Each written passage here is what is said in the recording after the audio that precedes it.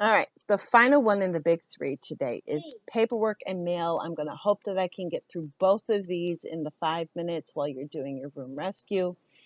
So here we go. Like laundry, paperwork and mail doesn't stop. So the first thing I want you to do is junk mail. Do not put it down.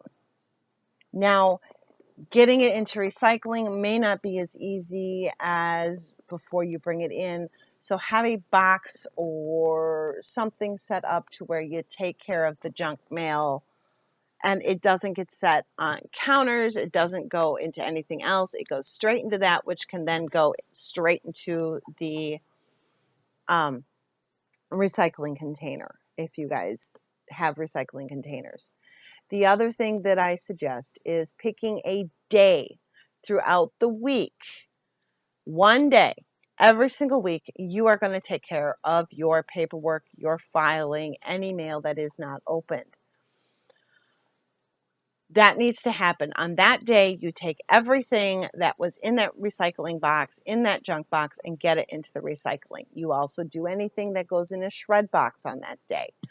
So I don't have to worry about shred boxes because my kid loves to shred. He actually asked for a paper shredder for his birthday. And guys, life hack: if your paper stops working, don't throw it out. Add a hand crank. It saves time and money. Yep. Okay. So here's also the deal. From today forward, you are going to open and deal with every piece of mail as it comes in.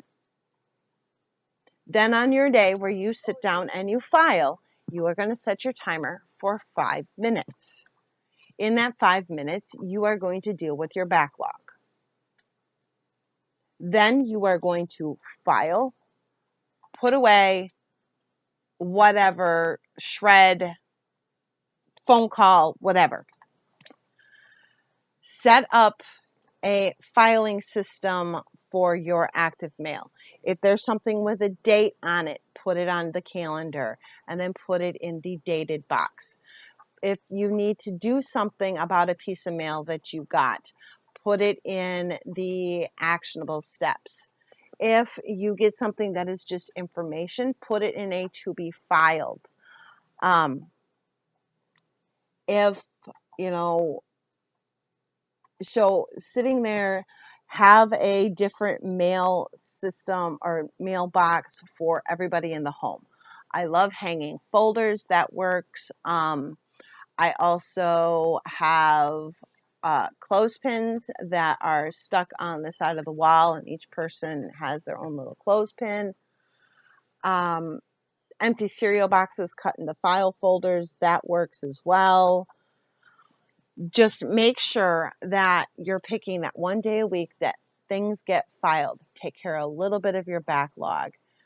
Know what you're doing. Now, if you have a ton of paperwork that is sitting there, it is going to take some time to go through it. The first thing you need to do is get out all the trash.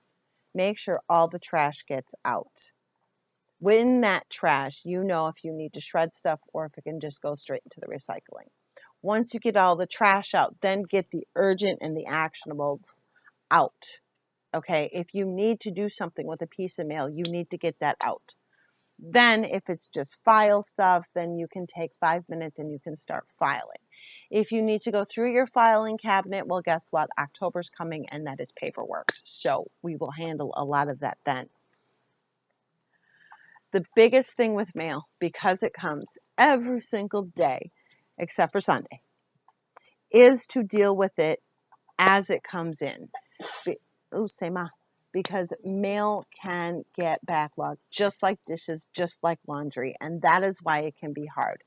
Because we come in and we just don't want to deal with it, especially if it's a bill, right? We don't want to deal with it. If it's a bill, put it on your calendar. What date do you need to pay it?